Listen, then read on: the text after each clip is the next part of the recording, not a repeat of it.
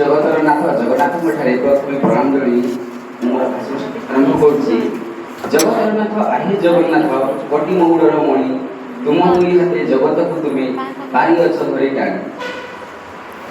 ଆଜି ଯେଉଁ এই দিনটা আমি পালন করছি ଓଡ଼ିଆ ଭାଷା ଓ ସାହିତ୍ୟ ବିଭାଗର ନବାଗତ ଛାତ୍ରଛାତ୍ରୀମାନଙ୍କୁ ସ୍ୱାଗତ ଏବଂ ଆମ ବିଭାଗର ମୁଖ୍ୟ ଡକ୍ଟର ସିକେଶ ସାରଙ୍କୁ ମଧ୍ୟ ମୁଁ ସ୍ୱାଗତ ଜଣାଉଛି ଏବଂ ତାଙ୍କ ନିକଟରେ ଅଛନ୍ତି ସିଲି ମ୍ୟାମ୍, ଯିଏକି ପ୍ରଥମେ ତ ସେ ମୋର ବନ୍ଧୁ ଥିଲେ, ଟିକେ ଆମେ ଏକାଠି ପାଠ ପଢ଼ିଛୁ, ଏବେ ସହକର୍ମୀ ଭାବରେ କାମ କରୁଛୁ, ତାଙ୍କୁ ମଧ୍ୟ ସ୍ୱାଗତ ଜଣାଉଛି।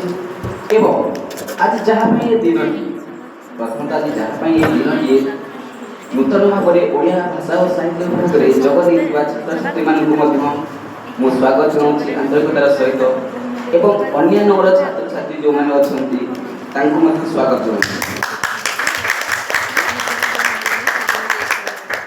ତାଙ୍କୁ ସ୍ୱାଗତ ଜଣାଇବା ସହିତ ତାଙ୍କ ପାଇଁ ମୁଁ ଗୋଟେ ପଦ କହୁଛି, କୁସୁମିତ ହଉ ଜଲାପଥ ତମ ଜଲାପଥ ଫୁଲ ଝରୁଥାଉ, କୁସୁମିତ ହଉ ଜଲାପଥ ତମ ଜଲାପଥ ତୁମ ଫୁଲ ଝରୁଥାଉ, ତୁମ ଆଗମନୀ ବିଭାଗ ମଧ୍ୟରେ ଖୁସିର ଲହରୀ ଖେଳିଯାଉ, ତୁମ ଆଗମନୀ ବିଭାଗ ମଧ୍ୟରେ ଖୁସିର ଲହରୀ ଖେଳିଯାଉ। ନିଶ୍ଚିତ ଭାବରେ ତୁମମାନେ ସମସ୍ତେ ଯେତେବେଳେ ଆସିଛ କିଛି ନା କିଛି ଶିଖିବା ପାଇଁ ଆସିଛ। ଜୀବନରେ ପ୍ରତ୍ୟେକରେ ଆମେ ଶିଖିବାକୁ ମିଳିବ, ଆଉ ଶିକ୍ଷାର ମହତ୍ତ୍ୱ ଏତିକି ନୁହେଁ କି ଆମେ କେବଳ ଆସିବା ପାଠ ପଢ଼ିବା ଚାଲିଯିବା। ତୁମମାନେ ଯେତେବେଳେ ଆସିଥିବ ଫର୍ମରେ ଲେଖା ହୋଇଛି କି ଶିକ୍ଷା କରିବାକୁ ଆସ, ସେବା କରିବା ପାଇଁ ଯାଅ। ଜୀବନରେ ଗୋଟିଏ ଲକ୍ଷ୍ୟ ରଖିବାର ଅଛି ଆମମାନଙ୍କୁ କି ଆମମାନେ ଶିକ୍ଷା କରିବାକୁ ଆସିବା ଏବଂ ସେବା କରିବାକୁ। ଏମିତି ନୁହେଁ କି ଶିକ୍ଷା କରିବା ଆଉ କିଛି କାର୍ଯ୍ୟ ନ ଲଗେଇବା, ସାର୍ଟିଫିକେଟ୍କୁ ନେବା, ଯେମିତି ସାର୍ କହୁଥିଲେ ମାନେ ଗଦା ଗଦା ସାର୍ଟିଫିକେଟ୍ କେବଳ ଆମେ ରଖିଦେବା ଆମର ବାକ୍ସରେ, ଲାଭ କ'ଣ? କିଛି ଲାଭ ନୁହଁ। ତ ତେଣୁକରି ଆମେ ଯଦି ଜୀବନରେ ଆସିଛେ କିଛି ଶିକ୍ଷା କରିବା ଏବଂ ସେ ଶିକ୍ଷାକୁ ଯେମିତି ଲୋକମାନଙ୍କ ସେବାରେ ନିୟୋଜନ କରିପାରିବା। ଶିକ୍ଷାର ପ୍ରଥମ ଲକ୍ଷ୍ୟ ହେଉଛି ସେବା। ଯଦି ସେବା ମନୋବୃତ୍ତି ରଖି ତୁମମାନେ ଶିକ୍ଷା ଗ୍ରହଣ କରୁଛ, ନିଶ୍ଚିତ ଭାବରେ ଜୀବନରେ ଉପକୃତ ହେବ। ଆଉ ସାର୍ ଗୋଟିଏ ଖୁସି ଜିନିଷ କହିଲେ ଯେଉଁଟା ଫୋନ୍ ବ୍ୟବହାର କରିଥିଲେ କି ଆମମାନେ ଯେତେବେଳେ 90% ଟାଇମ୍ ଆମର କୋଉଠି ଯାଉଛି, ଫୋନ୍ରେ ଯାଉଛି। ନିଶ୍ଚିତ ଭାବରେ ସମସ୍ତେ 90%, ଏବେ ମଧ୍ୟ କିଛି ପିଲା ଦେଖୁଛ ଫୋନ୍ ନିଜେ ହାତରେ ଧରି ବସୁଛ, ଆଉ 90% 10% କି ବଳବା 10% ଆମେ ବ୍ୟବହାର କରୁଛେ ଆମ ମୁଣ୍ଡକୁ, ଆଉ ଅନ୍ୟ କାମରେ 90% ବ୍ୟବହାର କରୁଛେ। ସେଥିମଧ୍ୟରୁ ଫୋନ୍ ରହିଛି। ସେଇ ଫୋନ୍କୁ ନେଇକି ମୋର ଗୋଟେ କବିତା ରହିଛି, ମୁଁ ନିଶ୍ଚିତ ଭାବରେ ଶୁଣିବା ପାଇଁ ଚାହିଁବି। ଅଭିନୟ ରାଜ୍ୟ, ମୋ କବିତାର ଶୀର୍ଷକ ଥିଲା ଅଭିନୟ ରାଜ୍ୟ। ଛୁଇଁବାକୁ ମୋତେ ଡର ଲାଗୁଛି, ଛୁଇଁବାକୁ ମୋତେ ଡର ଲାଗୁଛି, କାଳେ ସେ ପୁଣି ନେବ କି ଡାକି। ବାହୁତ ତାର କାହିଁ କେତେ ଦୂର, ଅମାପ ମାପ କାୟା ତାହାର, ନେଉଅଛି ସିଏ ସଭିଙ୍କୁ ବାନ୍ଧି, ବୟସର ନାହିଁ ମାପଦଣ୍ଡି। ନେଉଅଛି ସିଏ ସଭିଙ୍କୁ ବାନ୍ଧି, ବୟସର ନାହିଁ ତାର ମାପଦଣ୍ଡି। ଘରେ ଫସିଲେ ତା ବାହୁବଳେ, ଘରେ ଫସିଲେ ତା ବାହୁବଳେ, ଫେରିବାକୁ ଯେ କେବେ ମନ ନ ବଳେ।